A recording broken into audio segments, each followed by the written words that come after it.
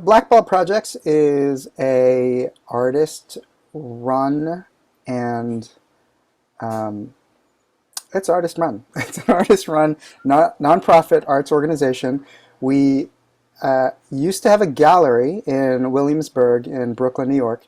But during the pandemic, we closed the gallery to the public because it wasn't entirely safe in a mixed residential and commercial space. And we took most of the operations online at that time. So sort of focusing on the website and some showcases on the website, putting together viewing rooms and sharing through social media.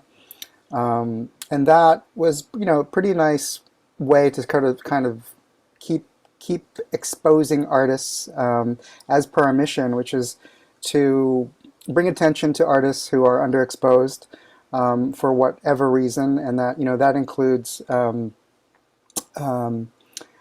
because of being a member of a group that's generally underrepresented or underexposed to the art world at large, or artists who may have had a great amount of notoriety at some point in their career, but for other reasons, personal, medical, family caretaking, what have you, haven't shown in a while, or haven't had the attention that they deserve because the work is so still so awesome and kind of continues on. And so, it's sort of to combat some of the biases that happen in the art world, where it's always like a young and new and hot and cool factory where people get a lot of exposure. So Black Ball Projects likes to unwind some of those kinds of things and bring attention back to the art. And when we see cool stuff and we meet cool people and see really wonderful portfolios, we want to bring those out and show them to the world. And so that's our mission. So in addition to online showcases and viewing rooms and social media, we also have a grant program that we began last year, which has been really awesome and successful without the overhead of having a physical gallery to run, and still having a fair amount of support through donations and online sales. We were able to provide some funding for a grant program, which gives money directly to artists. And it's been a really wonderful program, and we've gotten really great feedback about it. So currently this is an annual program. We have one micro grant program that's in progress right now as we speak, and I think the winner is going to be announced in around 2 weeks from now, probably. And then I think, Anna, what is the current What is the current grant award? Is it 2,500? It's $2,000 for the winner, $2,000. and then there are 7 runner-ups who each get $250 for the labor of participating. And right now it's by nomination only because of funding and resources.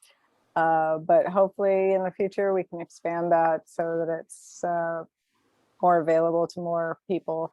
But yeah, that's where we're at right now. Great. Thanks. And then in addition to that, Blackwell Projects, we still would love to plan some pop-up events and showcases and exhibitions, and that stuff is always in the works. And I think we have some things happening, but TBD. So without further ado, Esther, you can take it away on introducing China, and go ahead. Thanks. Thanks, Kelly. So I've had the pleasure of just working behind the scenes as an executive assistant here at Blackball, and just really enjoy going through China's work and putting it into the viewing rooms. And so it's really nice to have her here today. So China is a multidisciplinary artist and a curator based in LA, and she has exhibited internationally, and her practice spans about 28 years.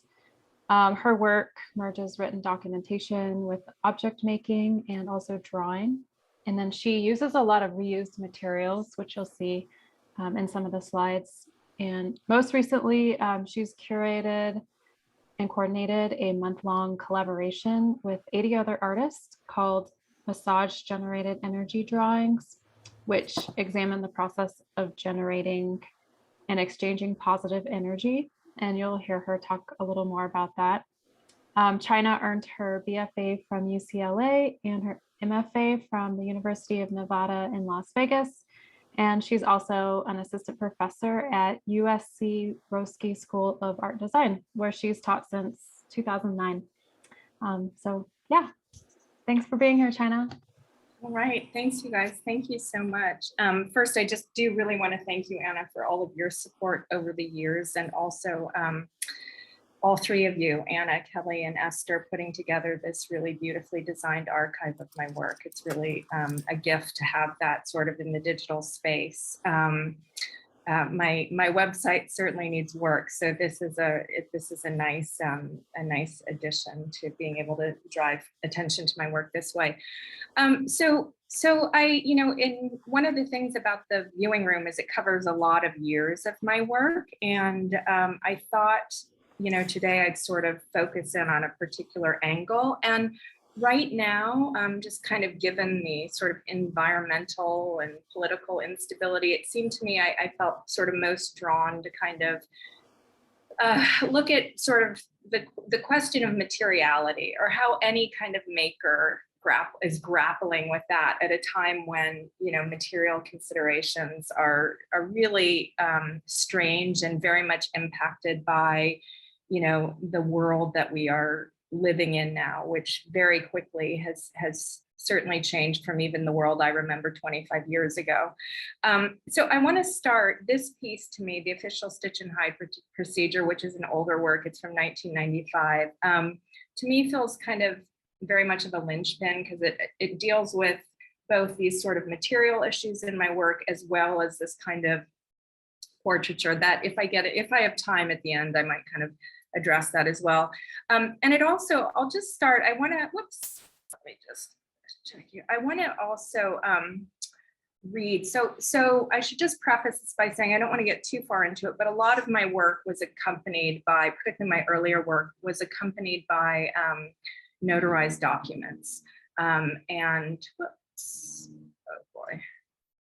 And so this piece in particular was accompanied by these two notaries. The first, I'll just read it. It says, on February 18th, 1995, China Adams developed a 3-point criterion system for identifying possessions which have achieved what China Adams has named official burden status. Possessions achieved China Adams official burden status by falling into one or more of the following 3 categories. 1, China Adams has kept possession for sentimental reasons only.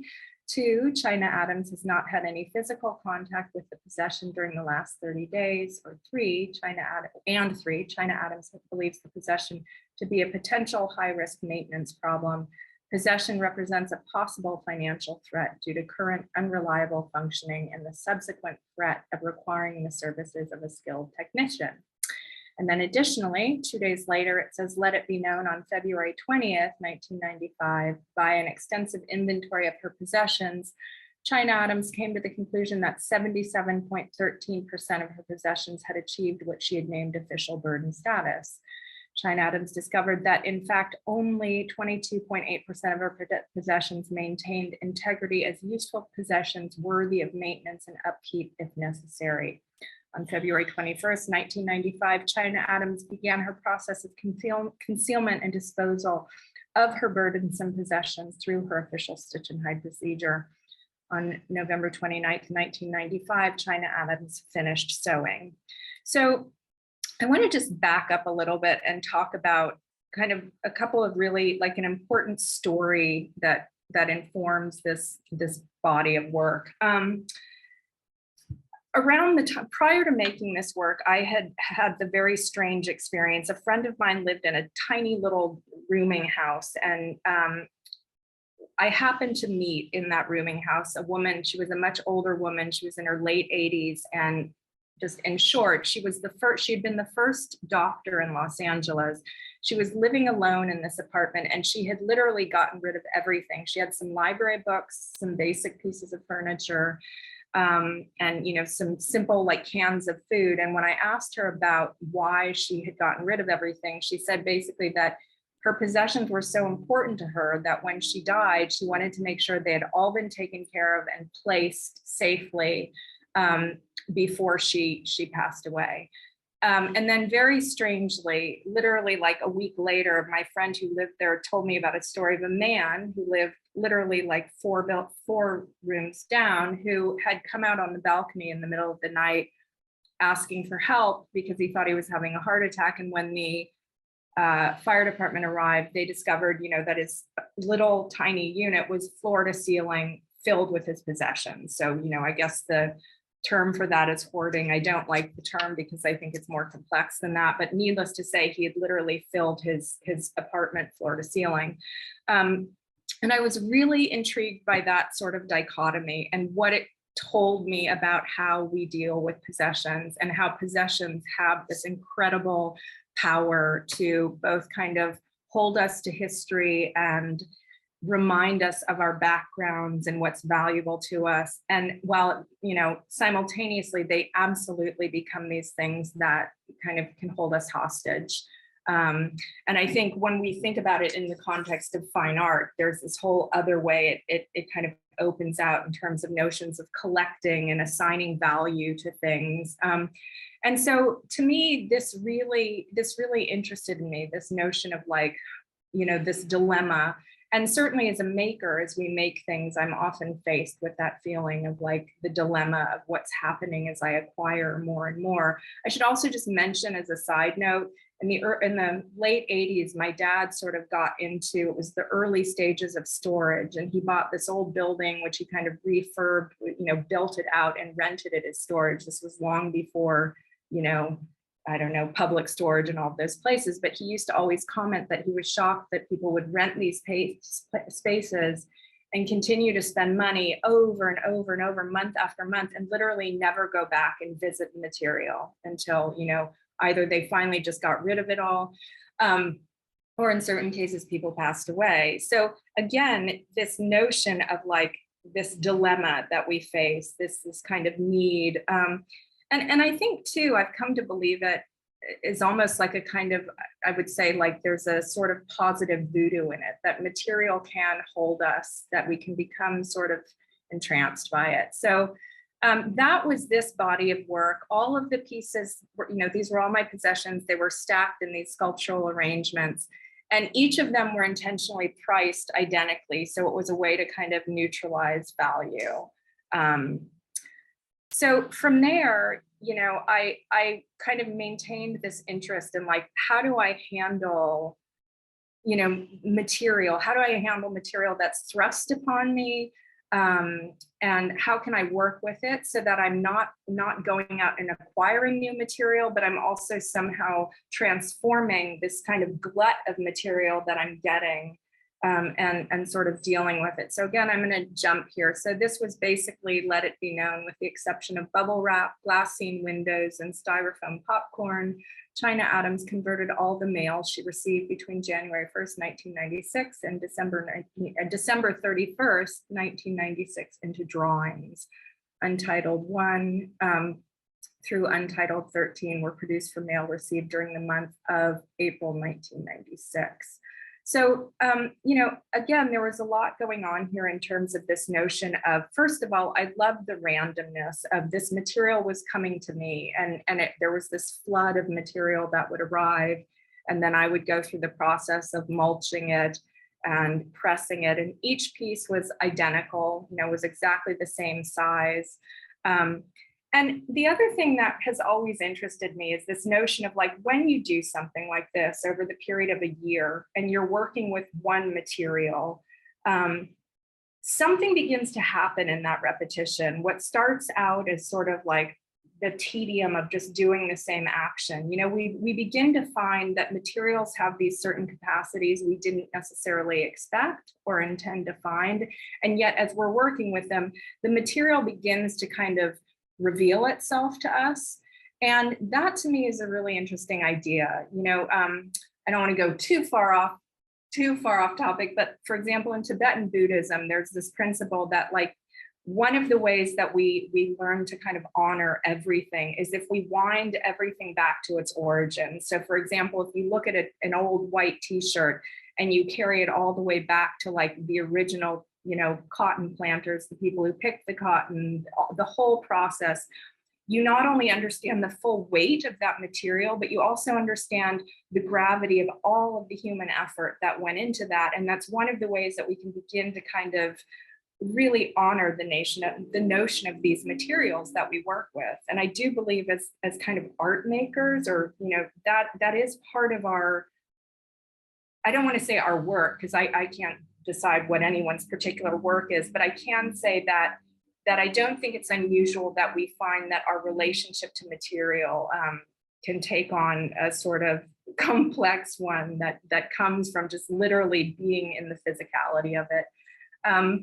I think a lot of this work, like this work and even the piece before, has a kind of, you know, self-portraiture quality. And like I said, I'm not going to go too far into that until the end if there is time. But, you know, the fact that a piece like this involves all of my bills, all of this like private information that's sent to me, and then it's reduced down and becomes this sort of, you know, representation of my things, but again, without any specificity, much like the previous Stitch and Hide work I showed.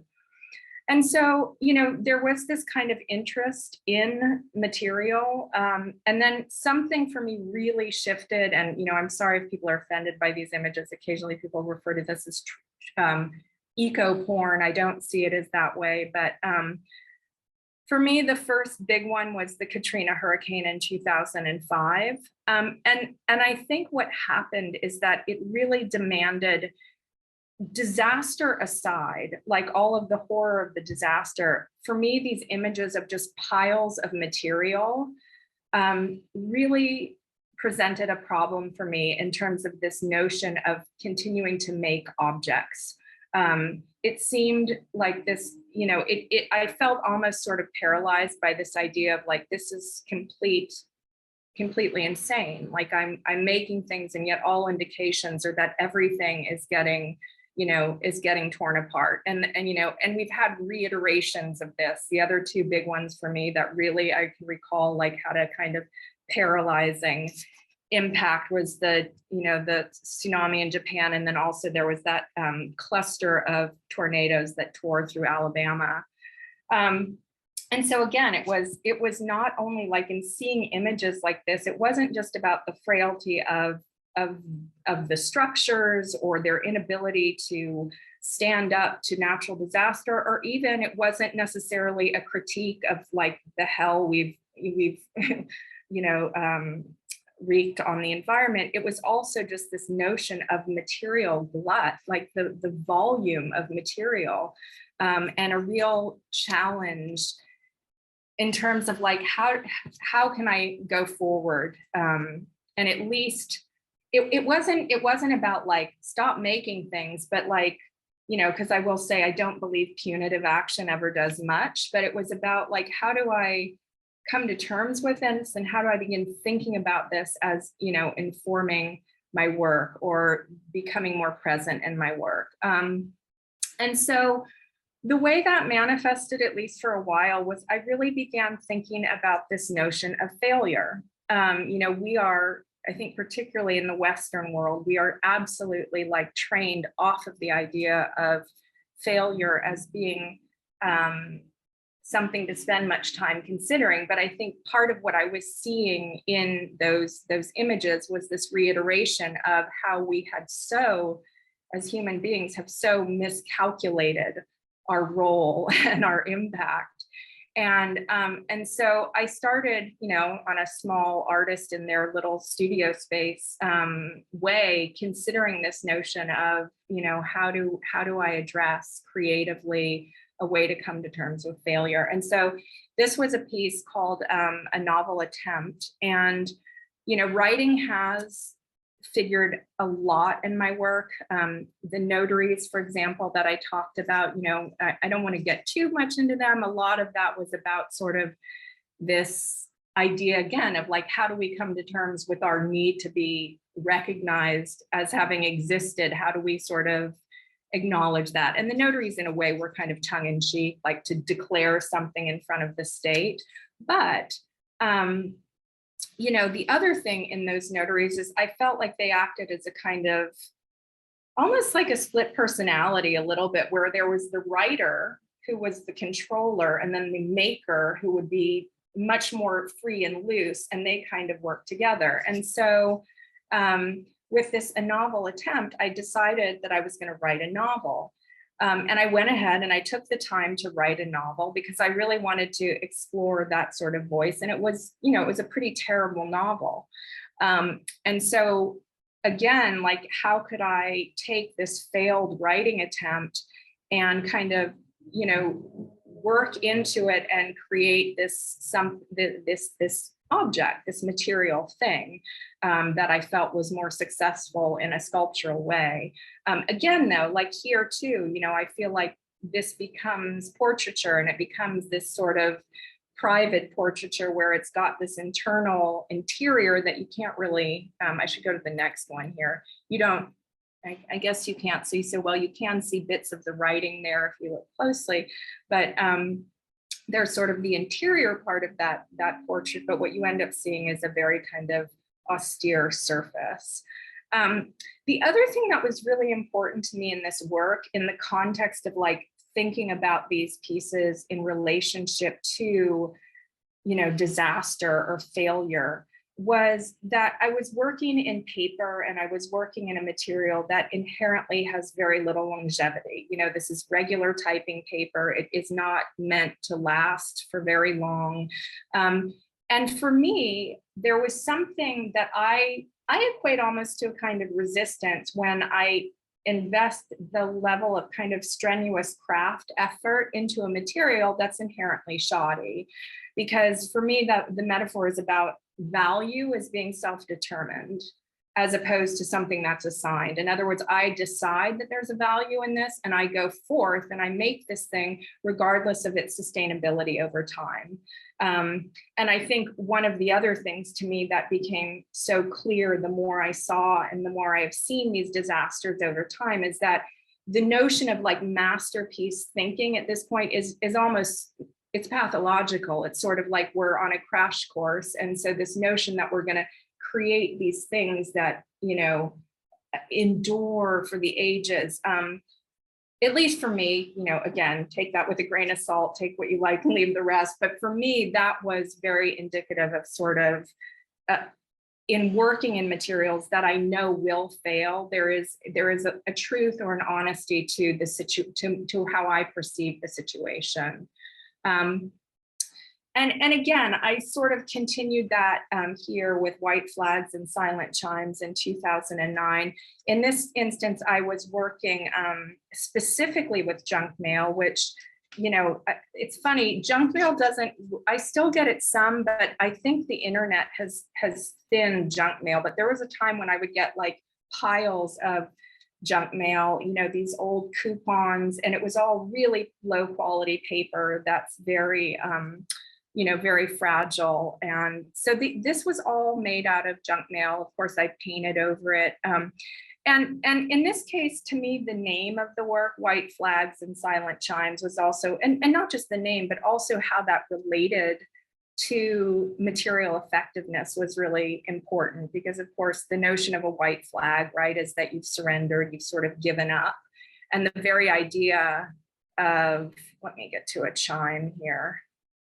And the very idea of a chime that doesn't make sounds, because these are paper, right? So when they hit each other, they really don't make any noise. They make maybe a soft little, but there's no, you know, chime sound, is to embrace this idea of things that are losing or things that don't make noise. And in that, I felt like was sort of a comment on, you know, this kind of state of decline. And that's not just in the context of an environmental disaster, that's in the context of being a human being, right? We're moving towards ruin, towards dust, like all of those sort of big kind of existential ideas. And so I guess what happened, I'll go through these, you can sort of see them more close up.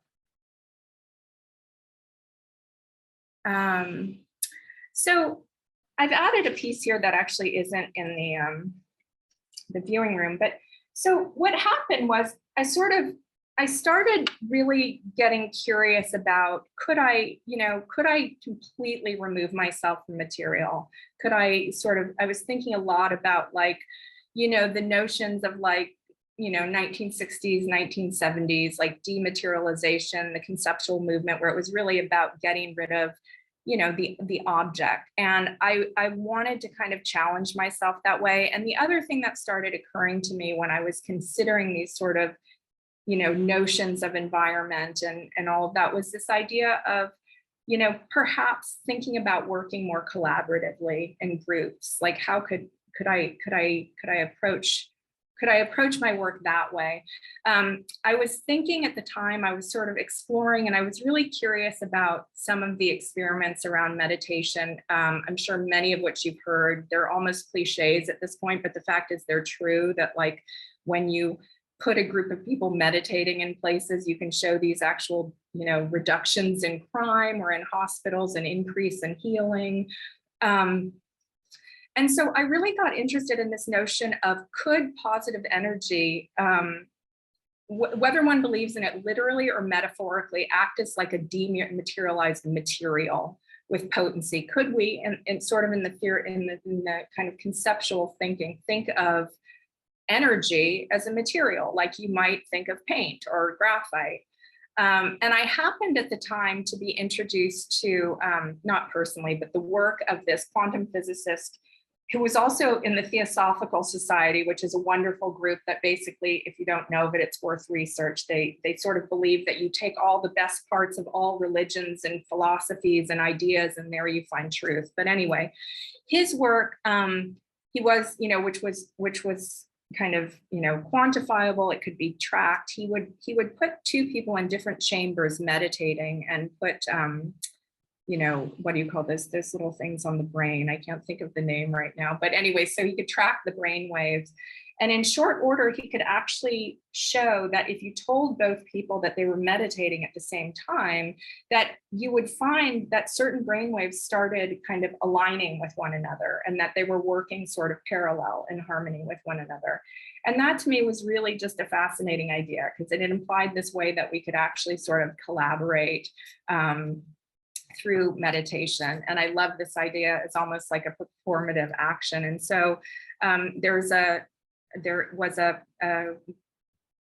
performance event in Chinatown called Chaos Reigns here in LA. And I created this piece called the four-leaf clover of the human four-leaf clover of positive energy. And essentially what it was I was sort of the anchor meditator, and I was there from 5 to 10. And then there was a group of people who were there for an hour. And then after they left, people cycled in for 20-minute sessions of meditation. And so we worked together to create this kind of night of positive energy generation. Well, of course, the skeptical reaction to it is like, well, there's no way to quantify it. And, in hindsight, I realized maybe that doesn't really matter one bit, but I'm always kind of up for the challenge, or kind of to investigate it further. So that really became sort of my next interest, was like, is there a way that I can work with this idea of positive energy and somehow find, whether it's creative, not necessarily like a scientific way to quantify it, but is there some way that I can show some evidence of its impact? And so from there, I proposed and came up with this project called the Massage Energy Generate, or the Massage Generated Energy Drawings. And this was it was quite an undertaking. I was doing a lot of research at the time about touch and the idea that you could pass energy through touch. And I was I came up with the idea, and I actually went to massage school so that I could learn and be properly trained. But anyway, the way this piece worked was essentially, it was a collaboration with 80 other artists, and I would massage 4 of them each day. And during their massages, there would be a bell that would ring, and they would give a word, more or less. And then in the evenings, I would take the collaboration of all 12 words of the day and sort of combine these into a drawing. So these are just kind of slides from it. I want to say that, first of all, this is a real lesson in like feeling like you need to prove something. I was really hell-bent on this idea of like, I needed to show it was working. And I think there's certain things about this piece that's really interesting, and I've wanted to continue investigating it. Unfortunately, with COVID, like that really sort of shut it down. And one of the things I hope to do is sort of a reiteration. The notion of the drawings to me ended up feeling kind of disjointed. So I feel like I like to think of this work as a work that is still in process. I would like to also slow it down and be working with fewer people. But I continue to be really interested in this idea of can we collaborate with multiple people, and can we actually figure out a way to actually create this notion of energy and pass it on, this sort of experience of being in a gallery space and transforming to feel better and leaving that space. And it's interesting because a friend of mine, actually, we were having a conversation about it, and he pointed out, that the very act of bringing 80 people together and having these, therapeutic experiences, irregardless of, if the drawings work or not, that's a number of steps towards the ultimate goal of like, can we use the art space or the collaboration space as one that becomes potentially therapeutic on any level. And so the last two pieces are kind of, the next two pieces feel a little bit sort of like, oh boy, now I'm back to working with completely raw materials, but not without consideration. So I think one of the things that really did become frustrating for me in working with, recycled or reused materials is that constraint began to sort of control me in a way that was really bothering me. That if I felt like I wanted the freedom to kind of like move away from the material as driving the direction of the work. And so I thought a lot about like, okay, well, how can I go back to working with raw, brand new materials, but with greater conscientiousness about like, what is it that I want to adjust in my studio practice to make it more sustainable? And again, like, I'm not talking about idealistic expectations. I'm just talking about like trying to be considerate. And what occurred to me was that one of the things I could do was really just simplify the materials down, slow the pace way down, and produce a lot less, and partly produce a lot less by creating work that was much denser. And so what that meant for me, these are large drawings. These pieces I did recall a certain period of time. They're pencil on paper, and they're drawn line by line.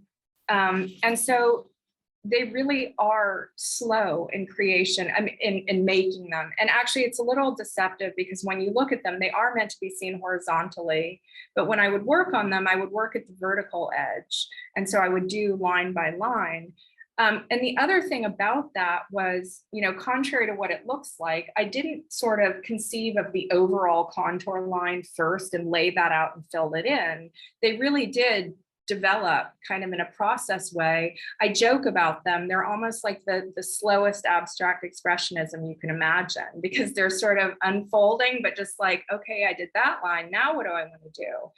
And so yeah, this notion of could I work in a much more detailed way? Could I really make the work about time, not only in terms of that it looks like, it certainly resembles certain kind of graphs, right?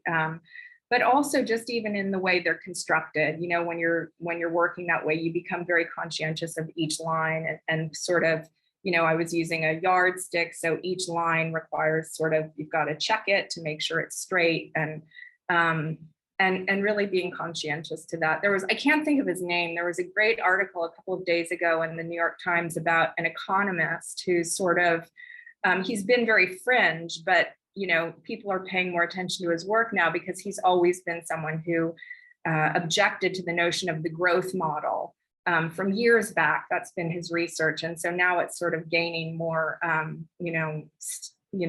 attention, because I think people are becoming aware of it, right? It's absolutely unsustainable on so many levels.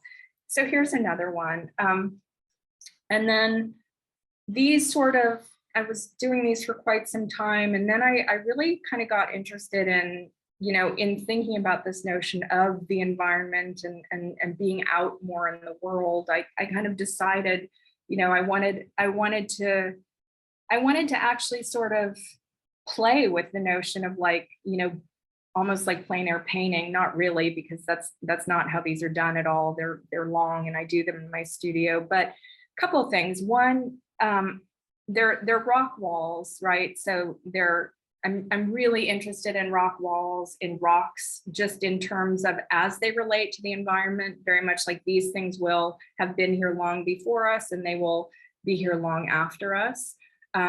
So I like the fact that they have this kind of hierarchy of strength that is really interesting to me. I also like them as they pertain to a lot of the other formal issues of some of the work that I've talked about more as like portraiture. Insofar as rock walls do this strange thing where when you pull back from them, you see this kind of the austerity of this surface, right? But then when you get in close, there's all of this detail inside of them, both from like animals to like, passageways. I know in the West that, cowboys would hide in them or thieves would hide in them. So they have this sort of this wonderful complexity in terms of their physicality that is really interesting to me. So let's see, how are we doing? Yeah, we're I guess the last work I wanted, well, I'll go through a couple more of these. Again, work, I've intentionally worked these in a way that they're very dense. They're micron pen on paper, with the idea being of to slow them down. They're not about, imitating nature exactly, but they're sort of this stylized version. And I guess where we'll kind of end. So again, I've talked a lot about writing and how it does inform my work and how it's part of my work. And I do write poetry as well and study poetry. And for recently, I've worked, these are new, so I'm sure these will kind of develop. But basically, I've been working on a series of redacted poems based off of what I consider one of the lowest points in the Trump presidency, when he was talking about the famous thing about using bleach to heal oneself of COVID. It just seems so utterly without empathy and just vile. And so what I was interested in, redacted or poem, some people call it blackout poetry. It's also called redaction poetry. It dates back as far as Emily Dickinson. And the idea is that you use an existing body of text and then you wipe away pieces of it to reveal words that then you use in order to create poems. And so I presented myself with the task of like, can I take this absolutely like horrendous piece of text, which I'm not going to read because I think we're all familiar with it, or you can read it, and through transformation, actually try to make something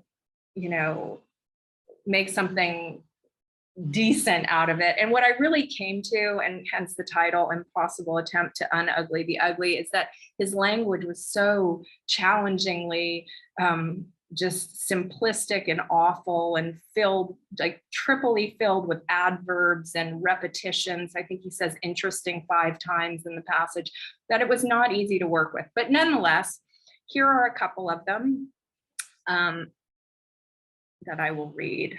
The first one, excuse me. Question: find tremendous, powerful light in some way and think.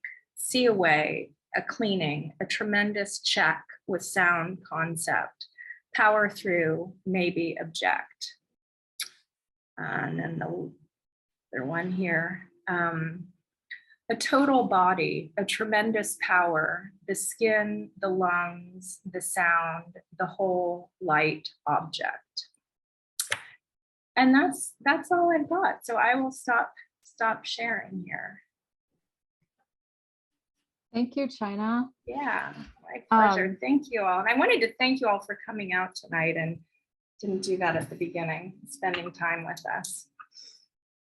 I wanted to say that I just, from looking at your work for even from 1994 up to today, I just kept seeing continuous themes of transformation, you know, like, of course, the obvious one is taking materials and transforming them, but then you also have these pieces like the vampiric piece that I think reminds me of the religious ritual of transubstantiation, which is all about transformation. And then I think even the like massage generated energy drawings, and then even the selling of the skull from way back, it also has that theme going. And I'm just really fascinated by that theme. And I love kind of seeing it reoccurring in your work in different ways. So I don't know if there's a question, but yeah, what do you think is the driving force behind that? You know, it is so interesting. I had mentioned at the beginning, I might talk a little bit about the portraiture, and I just felt like it was getting too long-winded, but I think with your question, I might touch on it, and I'll try to make it relatively brief here. But, you know, one of the things I've thought a lot about in portrait in my work is this idea of like taking on these new personas or changing personality, or, you know, hiding the self, kind of being self-effacing in a way. And I've always thought it was just about this kind of curiosity or question I had about kind of the human condition, right? We all present one face to the world, and then there's our real interior world. In teaching, I really owe a debt of gratitude. I don't know where it has happened or why suddenly, but in the last 2 years, I have had probably five or six students start making work about being white passing. This was something I never had before, and I've been teaching for probably at this point nearly 20 years. And that's part of my story. My mother is Black and my father is white. And one of the things that, you know, to me, if I try to like kind of press that down, and let me just say first, I want to acknowledge that white passing, what that means living in liberal, you know, Los Angeles in 2022 has a very different meaning than what it meant to be in, you know, slave era or Jim Crow era South, where it really meant like fear of harm. But it also meant very likely that you are the product of sexual violence, right? That your mother was raped by a slave owner or an abusive employer, right? So, and I remember my grandmother actually telling me a story. She was very light skinned, but she also had severe vitiligo on her arms and her face. And when she was a young girl, she tells a story of getting on a bus in her hometown and of course going to the back of the bus because everyone knew her and they knew her in the community. And then she transfers, and on the next bus, this gentleman gets up and invites her to sit down. And she goes ahead and sits down, but she's sort of terrified the entire bus ride that she's going to be found out. And so in that, I think what's fascinating to me about that is that passing from the very beginning, it was always about living with this certain kind of secrecy, right? That you were presenting as something that wasn't entirely true. And so even in my own adult life, right? Like clearly I have never experienced sort of the racist experiences that, like, for example, I've seen, you know, my mother experience. But there's a kind of guilt and anger that comes from that. And there's also this sort of awareness that, I dare use this word, but it really is. It's like living in the embodied liminal space of being between two worlds where you don't totally, I know I don't totally fit into the Black world, but I also don't really identify necessarily as white. And I mean, this is and I'm going to sort of move out for a minute. This is the beauty to me about art making, that you can make art for so long and it informs you about yourself. And for so long, I was just sort of like missing this. And now when I look at that and I look at that kind of experience of always just feeling like, I don't want to talk about that, or, you know, like it's not going to be part of the conversation, that I understand now so much more this need to kind of try on different identities, and even the concealment. And like, what's even creepy to me, I have to say now, when I look at like those white flags or the mail, it's all about like identity's gone and I'm presenting this pure white surface. Even when I go back to the stitch and hide, like it's, you know, and so that totally didn't, that was so off topic of your question, but I think that I'm thinking a lot more about that now, like how identity or personality or persona has informed these decisions I made in dealing with portraiture, and maybe more than in dealing with it is actually concealing it, you know? Yeah. Thank you. So I'm gonna switch gears. That was fascinating. The whole getting to know your work. I mean, we've worked with you before at Blackball, and several other group shows, and one of the pieces that we got a great little review in the New Yorker about was the pre-show, where you showed the flags, and those were made during the Bush administration, right? And there are these flags that are deconstructed and then reconstructed into these different forms, and then sewn together with I think dental floss. Mm-hmm. And they're amazing. And I guess my question is, you know, so much of your work has so much political connotations to it, and oftentimes artists are like, oh, I don't want to be, I'm not a political artist, or I'm a very political artist, or, you know, my work is political, or what is your feeling about the word political, and where do you sort of find yourself on that Right. spectrum of understanding your work in a political context?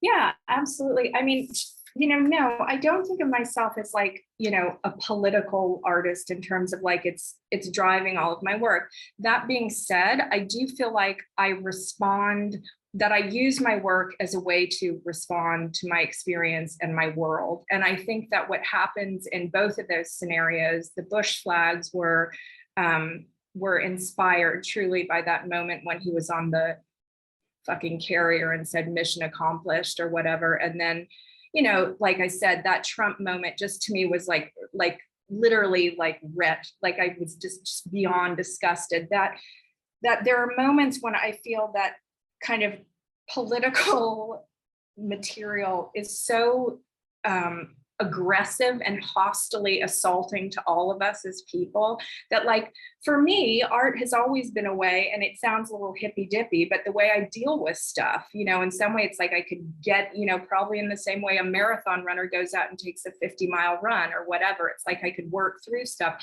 And so I think that it's like when pushed far enough, it's like, it's kind of like, okay, I've got to take you on. It's sort of like, it's almost feeling like I've been bullied to the point where like, I have to react. That's what it feels like, you know.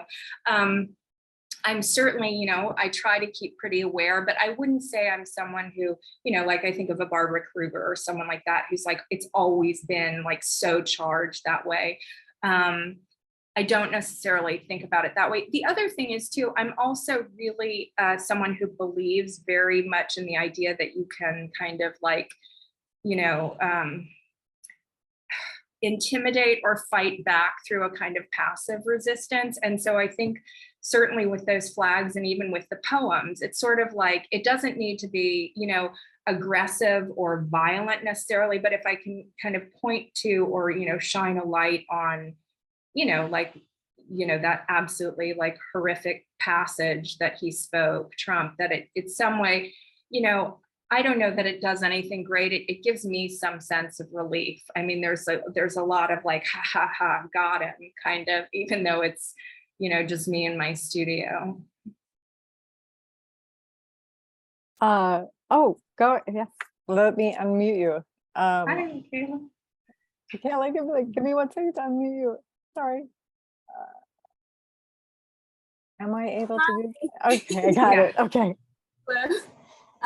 So I don't know, there's a point, you just said something that sparked another thought, but what I was initially going to kind of speak on was this. Can you hear me okay?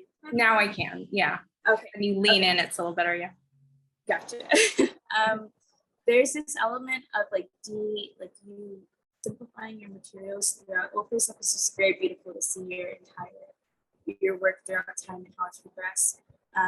And I feel like there's a level of endurance in some of your pieces where you're putting your physical body through. Like with the energy working pieces, I was thinking that the 4 people in one day, that to me felt very like taxing.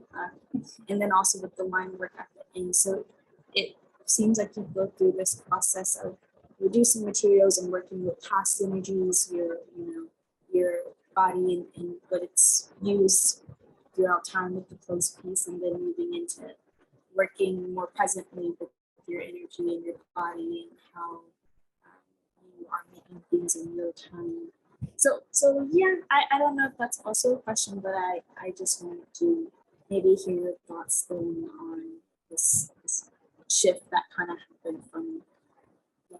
Yeah, no, absolutely. I think I touched it on a little bit in the material way when I was talking about the male pieces, this idea of the repetition of doing something over and over again. And I think there's absolutely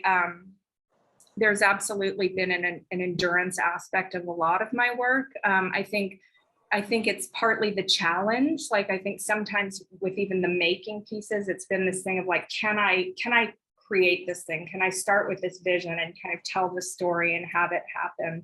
I do think in terms of a material relationship, something really does shift. You know, I'm really interested in this moment where like the mundanity of something begins to sort of open up because you become so familiar with how it works. And that only happens, I think, if you are willing to like really kind of submerge into that sort of material in that space.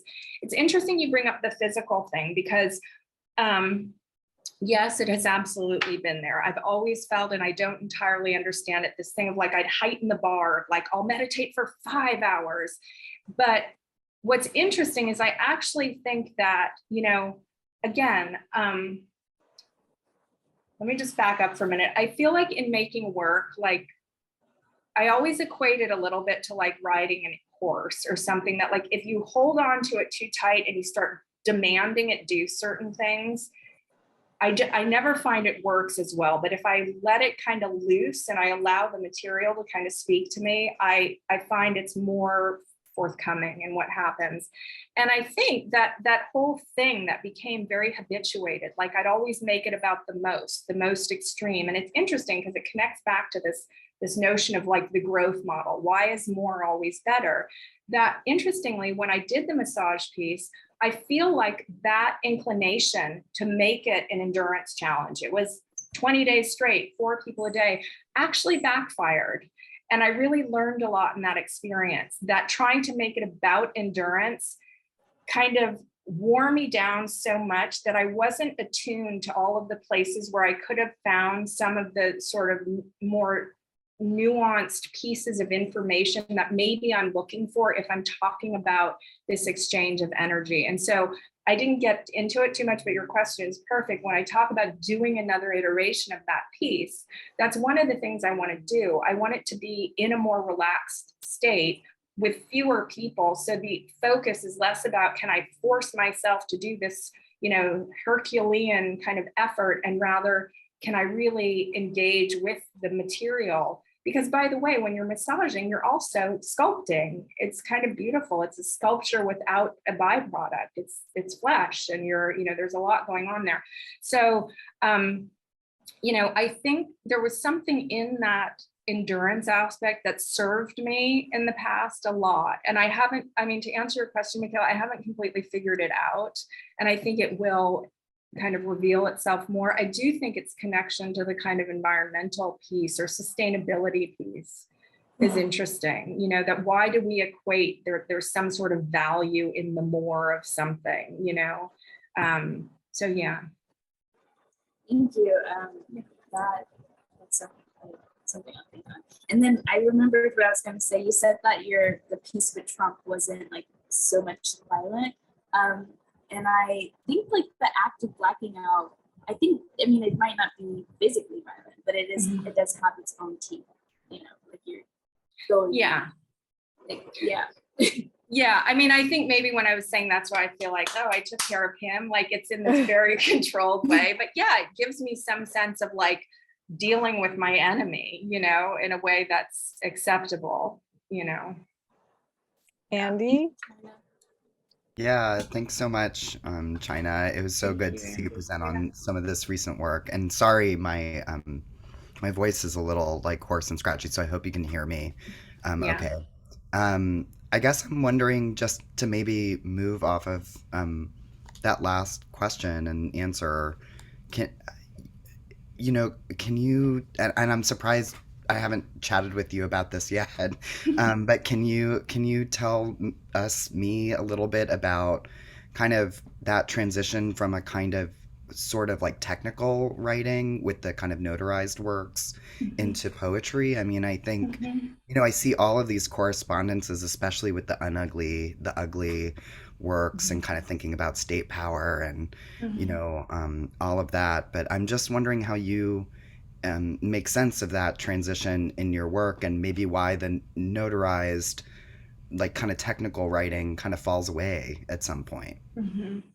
Yeah, I mean, I think it's interesting, and in a way, it feels like it's almost connected to, you know, Michaela's question about this kind of effort, or um, needing to do a lot. I think that in some ways, the notary acted as this kind of structure for me, this framework that made it kind of like, on the one hand, it was very tongue in cheek, but it also gave me this sense of like, this is what I'm doing, and I'm doing it to the letter of the law. And it came from, I don't know if it's background or if it was youth, but it was some sense of like, it needed to have an organized structure that was followed like a rule. Like, in a way, I believed once I wrote the declaration of like, this is how it's going to unfold, I really believed it had to unfold according to that, or I had somehow like failed it. So it did have this kind of double personality of like, it's almost like the super ego of like,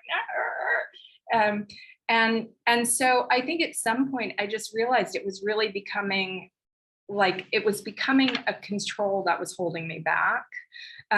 In a little bit like when I talked about at the end, moving away from, the recycled materials. It's that these structures are really interesting ways to set myself up and start going. But at some point when they start kind of holding me down, or they start becoming more coercive than what I'm trying to do, or more of a pressure, then they really have to be released. And the notary took me a long time to release, because it became this sort of thing. Like, that was the thing I did. And at some point I was just like, these are arbitrary at this point. I'm just doing it as this kind of reaction to what is expected.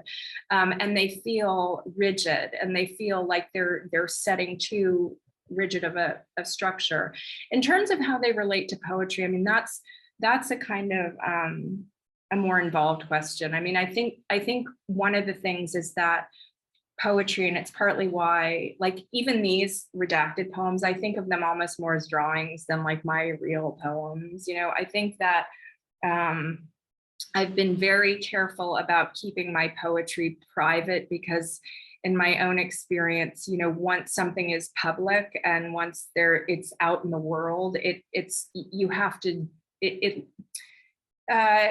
I don't know how to explain it, but it shifts. And that for me, poetry is kind of a safe zone that's untouchable. And I don't know, I'm still very careful about releasing that into the world, because I think in some ways, my story in terms of, fine art is that very young, I started showing, and I'm grateful, and I still see real positive things that came from that, but I also see real negative things that came from that. So poetry has allowed me a place where I have total freedom, and I'm not quick to give that up.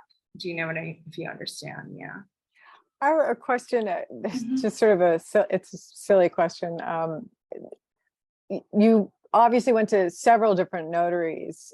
Were they just profoundly confused by what you were doing, and like, all right, I'll stamp anything for $2? Like, what was the experience like of, and did you ever develop a relationship with this specific yeah. notary?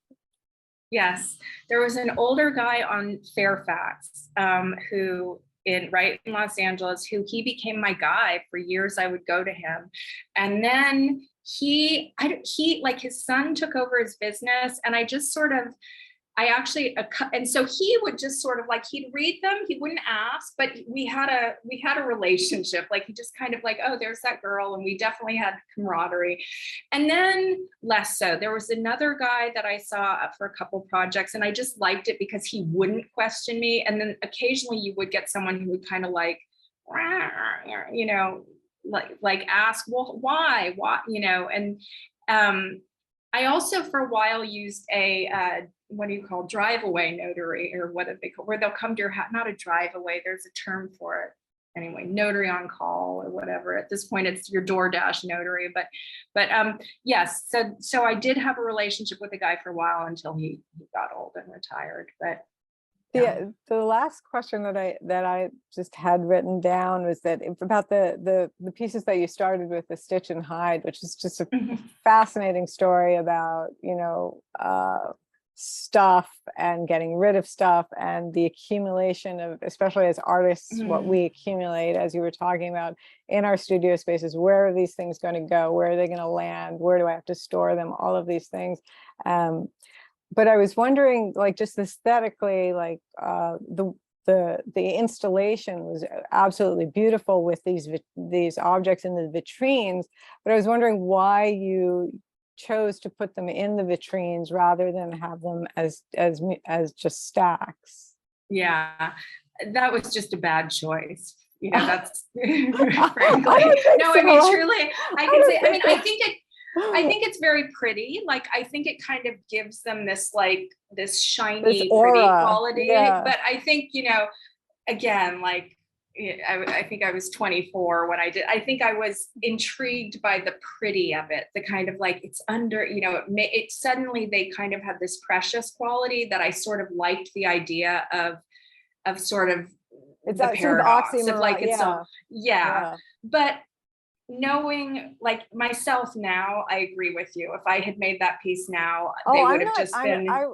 I'm not criticizing that. I'm just curious as to the vitrine, because Yeah. the vitrine is such a weird object, Yeah, you know, and it's reusable. I mean, you know, I've got Yeah. a vitrine that downstairs in the basement that, you know, we can use, but it's never Yeah. been used. But, you know, I hoarded it from somebody else, and you know, but it does provide yeah. this sort of this, like, this unique aesthetic to that whole installation. So I wouldn't Yeah. necessarily, you know, there's decisions that we make when we're young and with different kinds of work. I wouldn't disavow it at all. I was just curious if you had a specific intent with that. I think what bugs me about it a little bit when I see it now, like, yes, I think, as I said, it was that kind of, you know, that duality of the preciousness. I think what bugs me about it a little bit when I see it now is, to me, it speaks so much to like, what do you, like, marketing when you go into a mall or so. Like, it immediately starts like pushing my mind into directions of, like, what's the term for that? There's merchandising.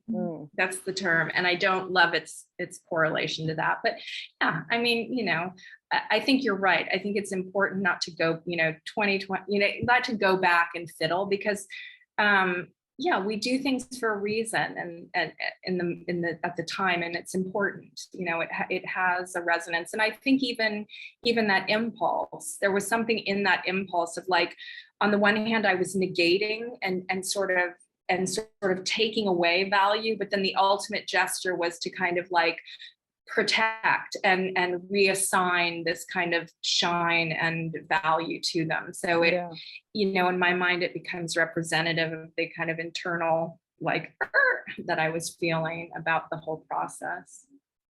I feel like the vitrine kind of monumentalizes them, and I think it works really well. Oh, good. I'm glad. Yeah, I agree with that. It's funny because we were just thinking about, like, the reworking of old works, and, you know, watching this thing about ILM and, you know, the Star Wars guys, you know, redoing Star Wars stuff. And it's like, he initially says, like, I'm never going to, you know, change what I did when I was young. And then he goes and changes the whole thing, and you can't get the original anymore. And it's like, There's something about the original thing that you made when you were that, there was, you were in that time in the world and that Yes. time in your life that influenced those decisions that you make, and so those pieces sort of, envelop and become part of that history, and I guess so much of your work to me like has such relevance in its relationship to contemporary history and your own personal history, and it's, I've always been floored by it. So Oh, thank you so much. Yeah, it's nice. Thanks. do we China, have, do you have, oh, I was just gonna ask China if you have anything coming up or Yeah, so some of those drawings, the rock drawings, they were just recently at a show at LA Projects. It's called The Man Who Runs a Space, his name is Carl Berg, and it was a show that was done with half artists from LA and half artists from Rotterdam. And so then the second half of that is going to be in September in Rotterdam. So I'm doing little new work, landscape, small, actually urban landscapes. So one of the things I've wanted to do is move more into my authentic space. So I'm doing some work there, and I'm actually working on, this is a first for me, I'm working on an outdoor sculptural piece that is supposed to be done by the end of August. So I'm working away at that, and it's been interesting because it's definitely not my normal world, and of course, and materially, right? Like I'm all this talk about like, material that naturally sort of degrades. Like this is not a place where they're wanting material that naturally degrades. is this for a permanent installation or? No, it's interesting actually. What they do is they invite a cluster of artists and you put the work in, it's there for like 2 to 3 years, and then it goes out and they circle in a new group of people. And this is in Los Angeles? Yeah, it's in Los Angeles. I will send you guys information about it. Great. We'll it also add it to the yes. viewing room. And are you working with assuming- fabricators, or are you fabricating everything yourself? No, I am definitely working with fabricators. It actually involves video too, which is really I'm really diving into like the new territory here. So Solar the video- generated video? no, not exactly, but close. Close. It definitely, but actually part of the reason it is video is because I was reacting to the fact that I was having a really hard time with just making like a solid sculpture. Like I needed to figure out some way to kind of get the hell out of that space. And, but yeah. Wonderful. Do we have any final questions? No. Well, I just want to say from Black Ball Projects, thank you so much, China. Thank you everybody who joined us, and keep in touch, get on our mailing list. You can go to our website and there's a mailing list thing at the top. Just add yourself and you can know what's going on at Black Ball. And thank you all for being here. Yeah, thank you guys. Thank you. It's been great talk. And we're going to post up the video of this at some point. At some point. Pretty soon. Yeah. At some point. Sometimes it takes a while, but maybe not. Maybe not this time. So thank you so much. Personally, I just want to add, I had so many questions and comments, and a lot of the themes and things. I think just everybody, I mean, who's been in this talk, I think everything's really resonated hard. And I think for me personally, a lot of the themes you're dealing with in your work, absolutely resonate with me and themes in my work. But I'm coming from a different direction entirely, which. When you mention things about the material and loose, like the effort holding the horse tight or loose, it's like, oh yeah, this is stuff I was just thinking about today, yesterday, the day before. Like I was literally thinking the same exact thought, except my work is nothing like your work. But it's like all the themes and sustainability and growth and like. all those things like tie together. It's really interesting to see how they manifest, and I think you've been wonderful. Wonderful in articulating all those things in your work and just in this talk. So thanks so much. Thank We're you, definitely Kelly. going to keep an eye on you. All Thank you, right, everyone. everybody. Thank you, everyone. Bye. Bye. Bye.